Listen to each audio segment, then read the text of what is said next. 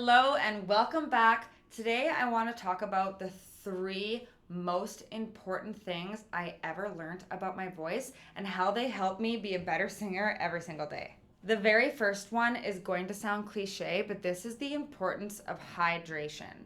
Your voice has something called PTP. This is your phonation threshold pressure. And all it refers to is the amount of air pressure that needs to hit your vocal folds from below in order for them to start vibrating. And when your voice is not hydrated, your PTP is higher, meaning it physically requires more effort just to make noise. This means all of your hard vocal tasks are going to be even harder when you're dehydrated. You've probably heard of singers using steamers and nebulizers to keep their voice hydrated, and I want to walk you through what those are, what the differences are between them, and what you should be doing for your voice. Firstly, there is nothing like internal hydration. If you drink enough water, your voice will be hydrated from within and you won't need to use external hydrators like steamers and nebulizers. The problem is it can take 6 to 8 hours after drinking all that water for you to really feel a difference in your vocal folds.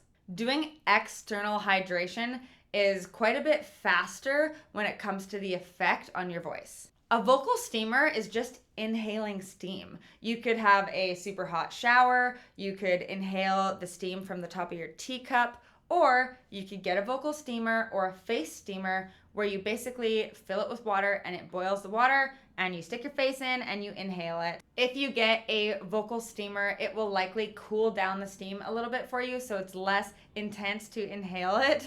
And this is super soothing if you sing a lot, if you struggle with stamina, if you have allergies or you're sick and you still have to use your voice. A vocal nebulizer is quite similar, but it actually breaks the water molecules down even smaller, so when you inhale them, it can go all the way into your lungs.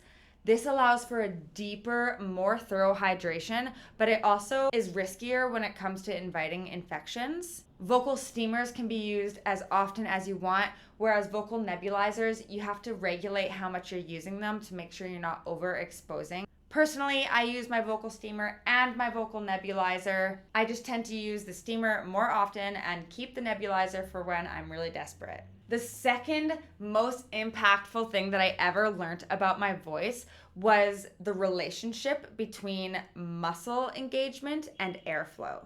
You can decide how close together you bring your vocal folds. And when we bring our vocal folds really close together, we create a bottleneck at the top of our windpipe for our airflow. This air pressure gives you a very pressy sound. Ah! It almost feels like you are bottling your air between your diaphragm and your vocal folds. Or we can choose to have our vocal folds further apart, allowing for more free-flowing air and a breathier sound. Both of these tones convey a completely different emotion, and it's really cool to use both of them throughout all of your singing. You also don't have to be at both extremes of the muscle engagement spectrum.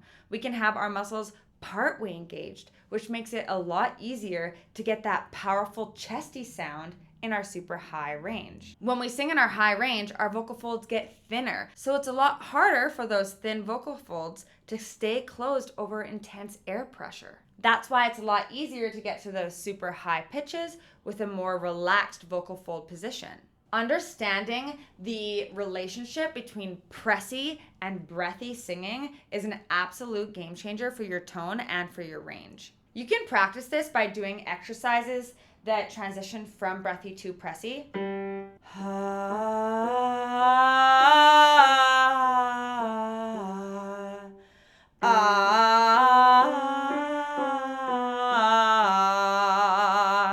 Really getting used to controlling the amount of muscle engagement you're using at the vocal fold level is something that really takes singers from good to great. And the third thing that absolutely changed everything for me as a singer was learning the impact of creating volume within your voice. In order to create volume, we use more muscle engagement, more tension, more air pressure.